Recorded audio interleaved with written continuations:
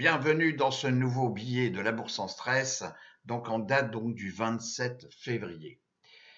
Alors ce numéro est un peu spécial parce que en accord avec Mickaël, on s'est appelé samedi, donc par rapport au contexte géopolitique, on a préféré donc attendre le lundi 2 mars pour finaliser ce billet, car l'actualité nous a suffisamment nourris. Alors, je vous rappelle que nous organisons une formation sur les options, donc en date du 11 avril au 14 avril 2026, avec 2 jours de pratique puisqu'on bénéficiera des marchés qui sont ouverts, donc le lundi et le mardi. Pour ce faire, vous avez également sous la vidéo donc un lien pour avoir donc un rendez-vous avec Mickaël pour voir l'adéquation entre votre profil et ce que nous vous proposons. De plus, ce jeudi qui vient, le jeudi 5 mars, donc à 21h heure de Paris, nous proposons un webinaire de présentation de cette formation. Donc il y aura José, bien sûr Michael et moi-même, et on répondra à vos questions et on vous exposera comment on procède, ce que vous allez rencontrer et également le privilège donc à travers cette formation, c'est de former un groupe. Alors, où est-ce que nous en sommes donc ce 2 mars 2026? Bon, les États-Unis et donc Israël ont décidé donc d'attaquer, de bombarder l'Iran. Bon, donc dès samedi, dans la nuit de vendredi à samedi, il se passe ce qui se passe. Voilà, donc voilà, on a la mort du guide suprême Ali Khamenei.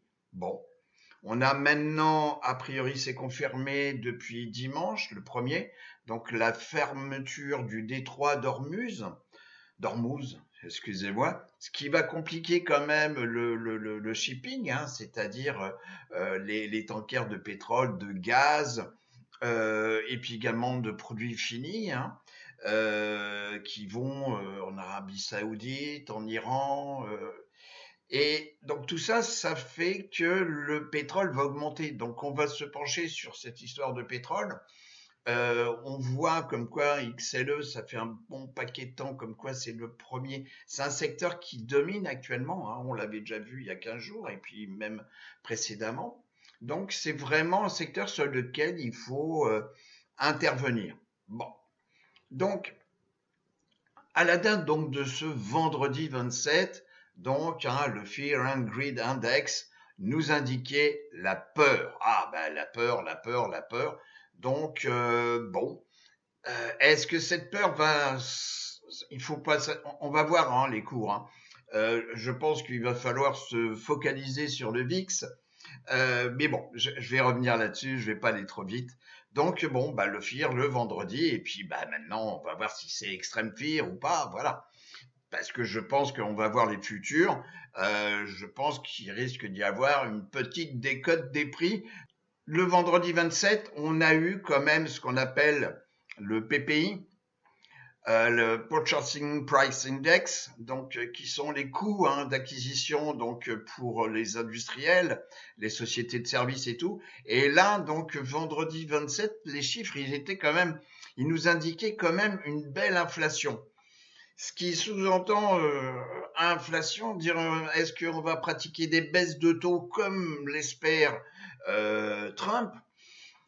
Eh ben, effectivement, les marchés sont en train de regarder tout ça parce que depuis un bon paquet de temps, tout le monde vise sur la baisse des taux pour réinjecter à moindre frais de l'argent sur les marchés financiers. Mais si en plus on a maintenant un conflit où le pétrole va augmenter, etc., donc l'énergie, effectivement, ça remet peut-être cette politique des baisses des taux. Quelque chose d'important, je vous ai déjà présenté et tout, donc je suis un suiveur donc des secteurs. Hein, vous verrez ça pendant la formation, les secteurs, les sous-secteurs, etc. Parce qu'effectivement, il y a une saisonnalité, quoi qu'on me dise. Vous n'allez jamais acheter un parapluie au mois d'août. Voilà, enfin, en tous les cas sur l'hémisphère nord. Jamais. Donc voilà. Bon, ben, en termes de stock, en termes de secteur, c'est exactement la même chose. Et à noter que ça, ce sont des statistiques sur 20 ans. Pas rien. On voit que le début d'année, puisque ici, vous avez donc ici décembre jusqu'à décembre. Donc, le secteur de l'énergie est propice. Ça veut dire que les probabilités font comme quoi, entre le 21 janvier jusqu'au 9 mai, les probabilités comme quoi le pétrole augmente se situent dans cette période statistiquement sur 20 ans.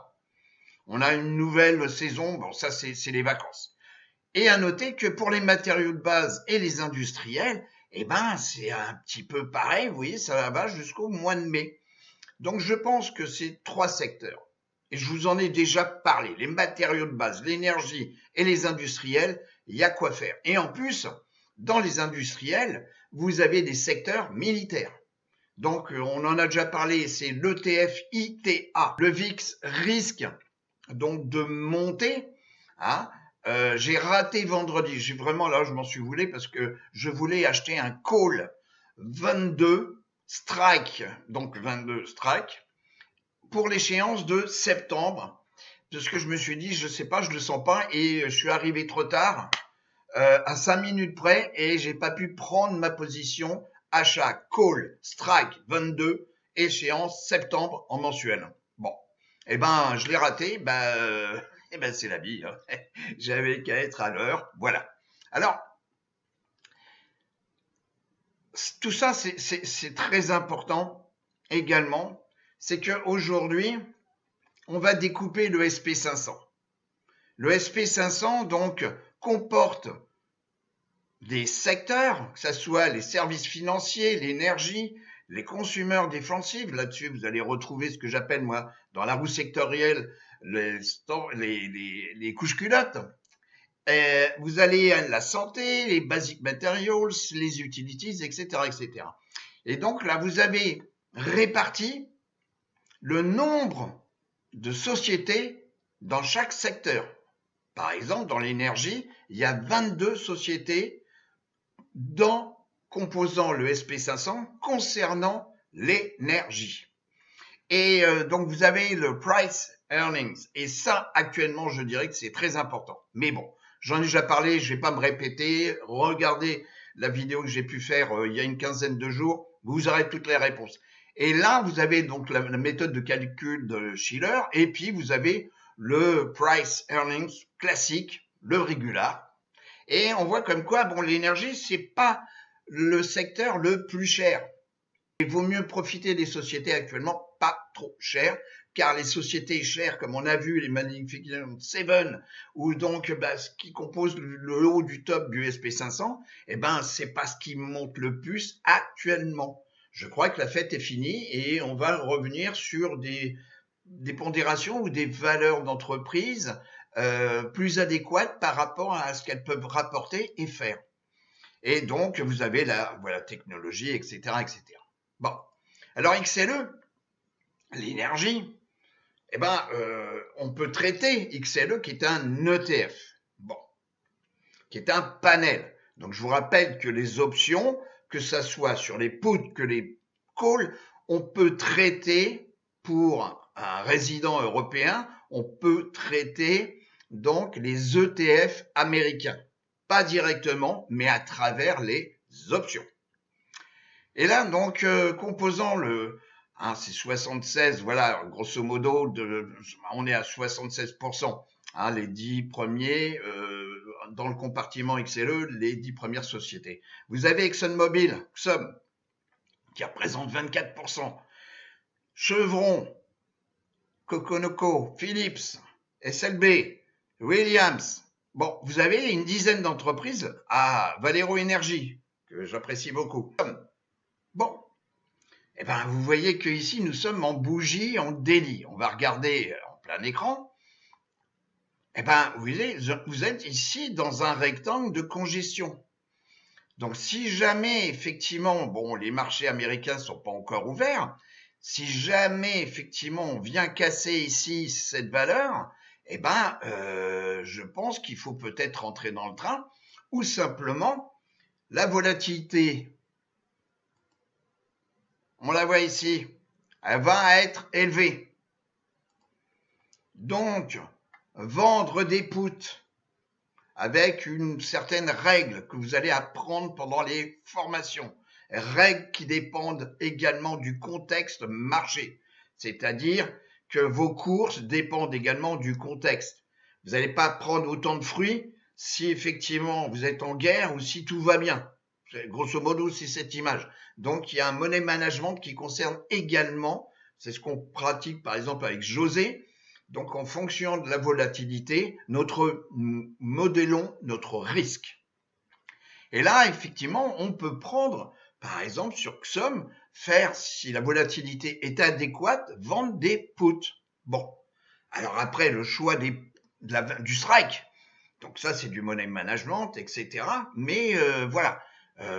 C'est à vous de voir et c'est à vous d'apprendre. Et c'est pour ça qu'on vous propose donc des formations. Et on va aller voir CBX ici, CBX. Bon, ben, regardez, tout ça, c'est prêt à démarrer. C'est prêt à démarrer. Vous voyez? Alors, si on regarde maintenant donc les secteurs, les 11 secteurs,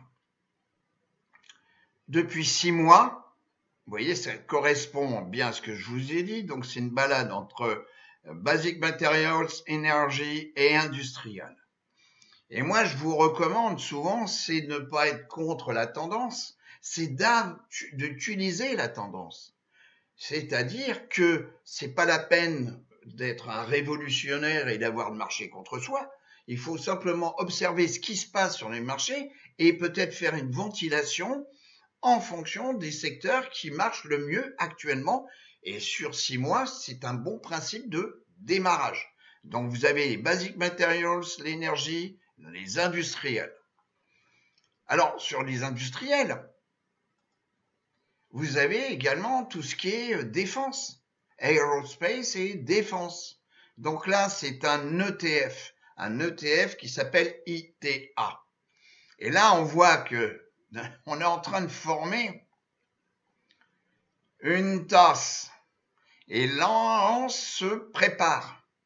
Donc, si jamais on casse des niveaux, alors pour traiter ce genre, vous voyez, donc le pré-market, on est déjà à 248. Donc, 5 dollars, grosso modo, j'arrondis, ouais, 5 dollars de plus par rapport, donc, au cours de clôture de vendredi.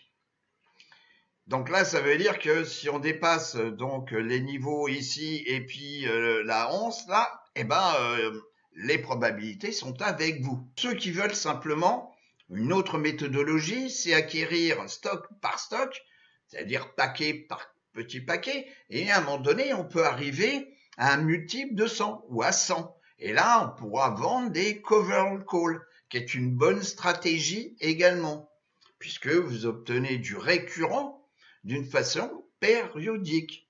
Et à chaque fois, vous roulez votre position. Vous allez apprendre tout ça pendant les formations. Et il y a des méthodes, hein, c'est pas voilà. Et je vous rappelle que l'immense majorité des retraités américains utilisent les cover and call comme rémunération. Et en plus, d'un point de vue fiscal, il y a des avantages. Donc voilà pour ITA. Donc je reviens donc là-dessus. Vous voyez que il y a d'autres secteurs hein, qui pour l'instant, vous voyez, il n'y a pas de panique à avoir pour l'instant.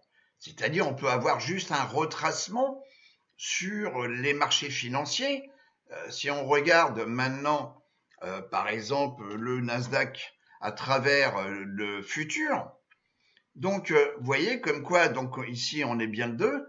Alors, je dirais qu'on risque d'être tenté, on va mettre ça sur le grand écran, on risque d'être tenté de venir aux alentours des 24 250, venir peut-être tester là 200 jours.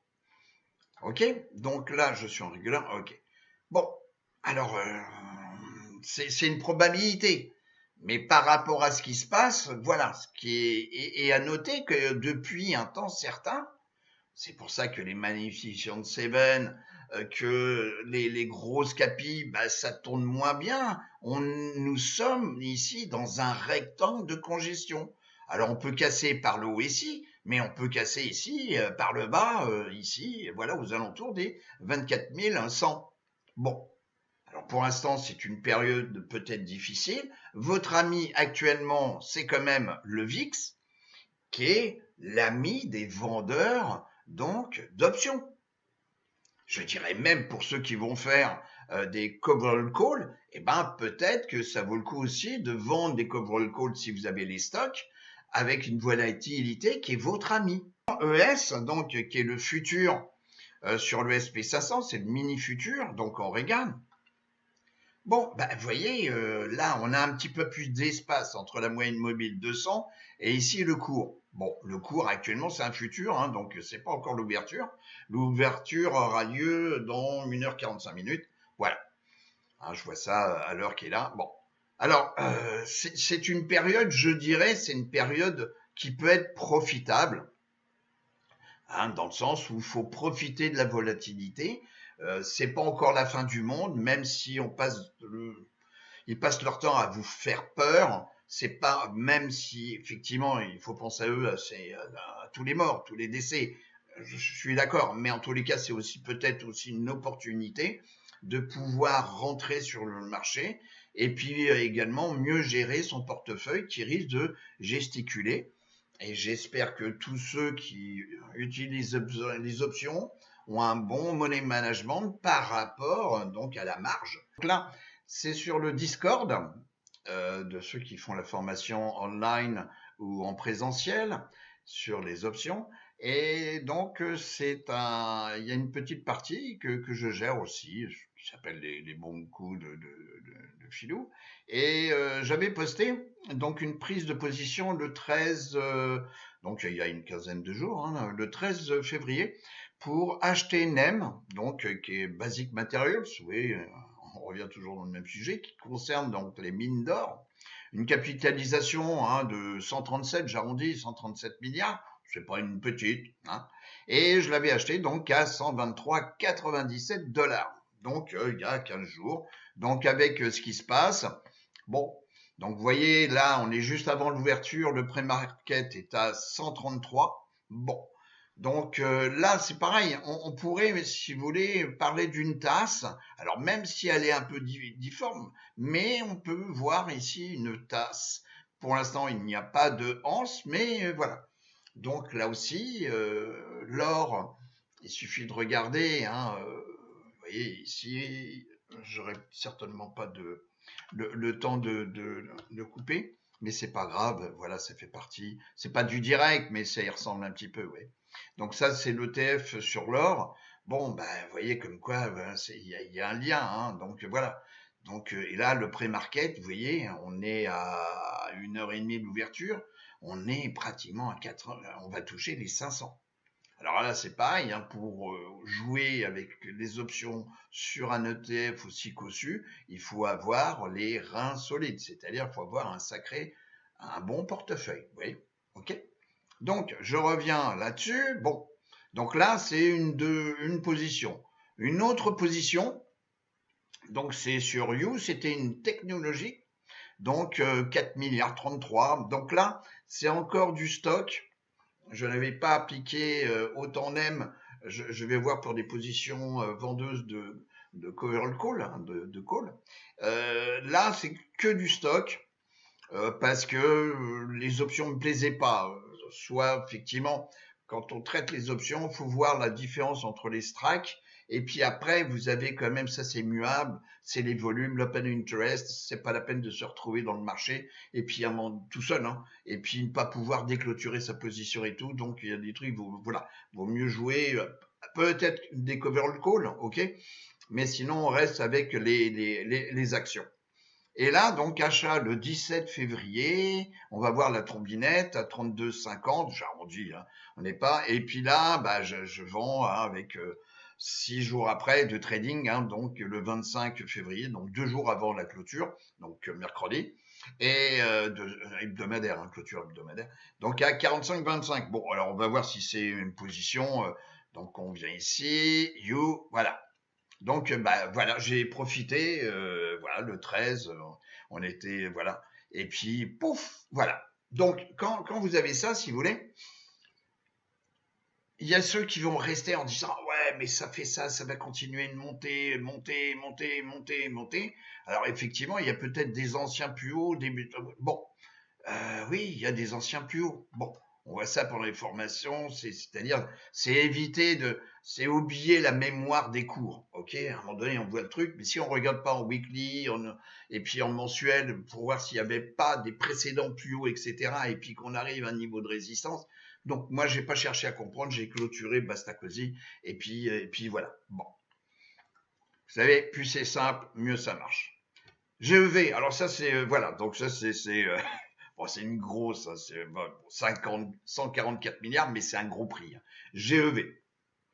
Alors, je vais pas vous montrer parce qu'effectivement on n'est pas là, mais bon, c'est une société que j'ai traitée également avec les options.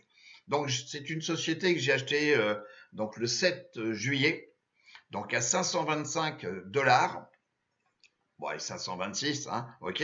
Et je l'ai vendu il y a pas longtemps, le 19 donc février, avec donc au cours de 830, bon, ce qui fait une progression de 58% sur le stock, donc sur un petit peu plus de 6 mois. Et là, donc, vous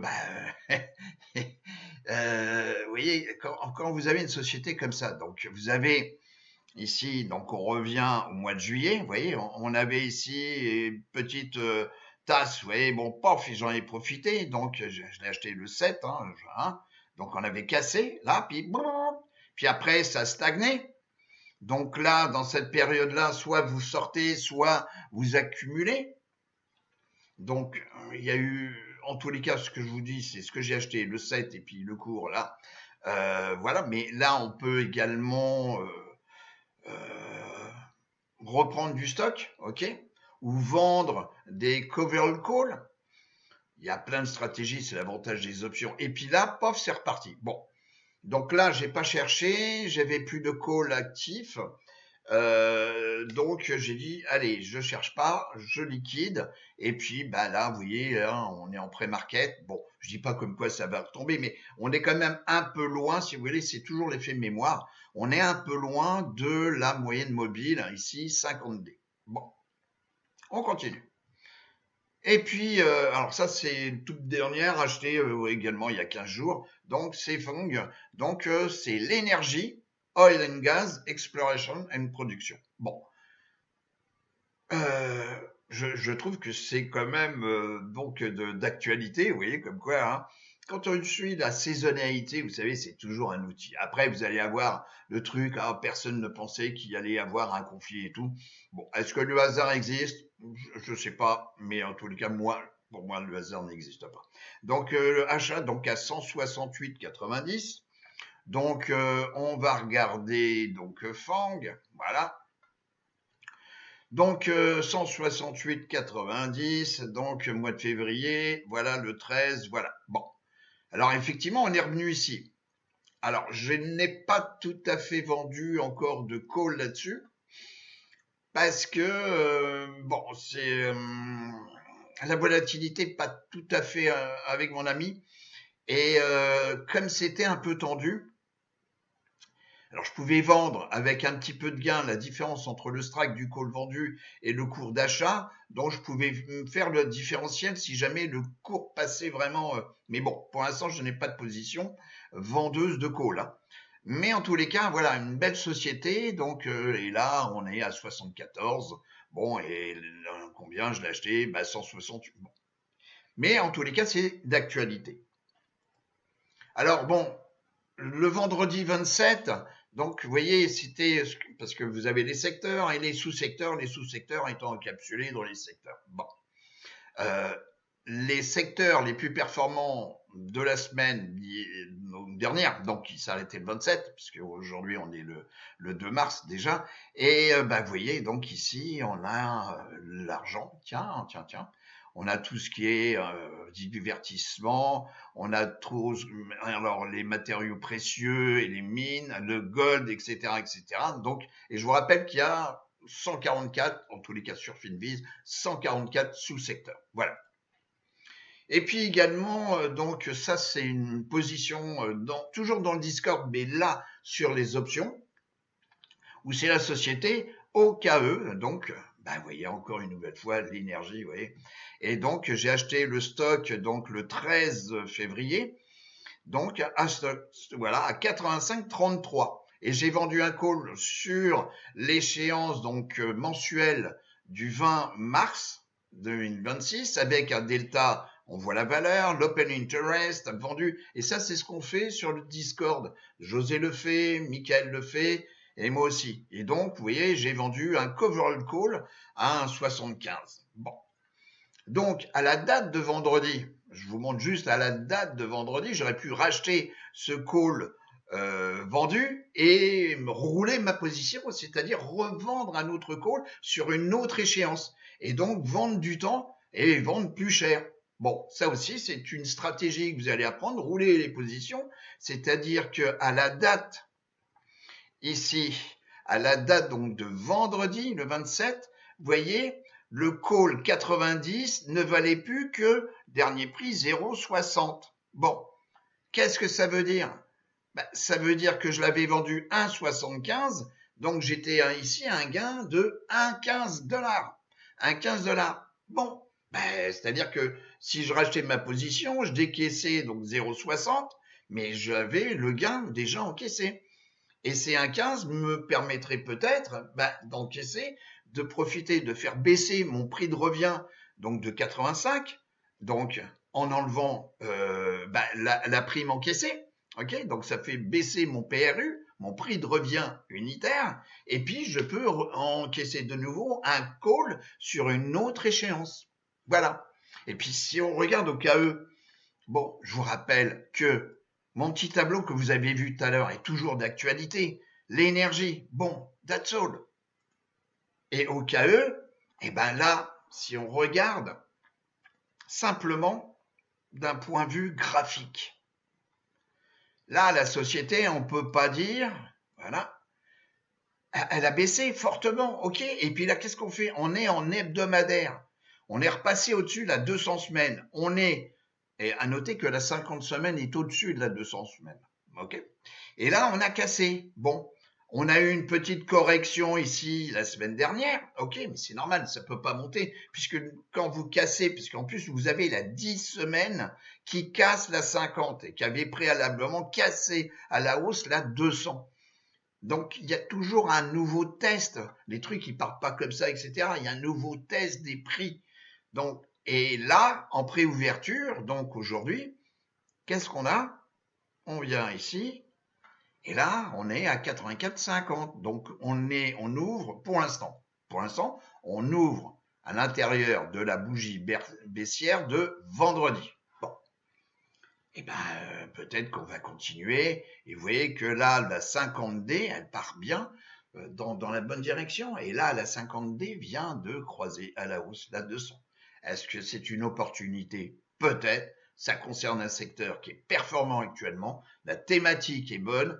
La période est bonne, on l'a vu sur la saisonnalité. Et le contexte géopolitique est bon. Donc, allez chercher ailleurs ce que les marchés vous disent. Autant en profiter. Voilà. Donc, je vais vous souhaiter, donc j'espère que cette vidéo va pas être très longue. En tous les cas, je vais vous souhaiter une très bonne semaine de trading. Je vous donne rendez-vous, n'oubliez pas, le jeudi, on vous donne rendez-vous le jeudi de cette semaine à 21h. Michael va vous mettre le lien donc pour visionner ce webinaire live et vous pourrez nous poser les questions, etc., etc. Et on vous présentera le contenu de cette formation et l'avantage que nous avons. D'abord, nous sommes trois expériences similaires et on est complémentaires. Et à nous trois, pour nous tromper, il faut quand même y aller. Ok? Je vous souhaite en tous les cas une très bonne vidéo.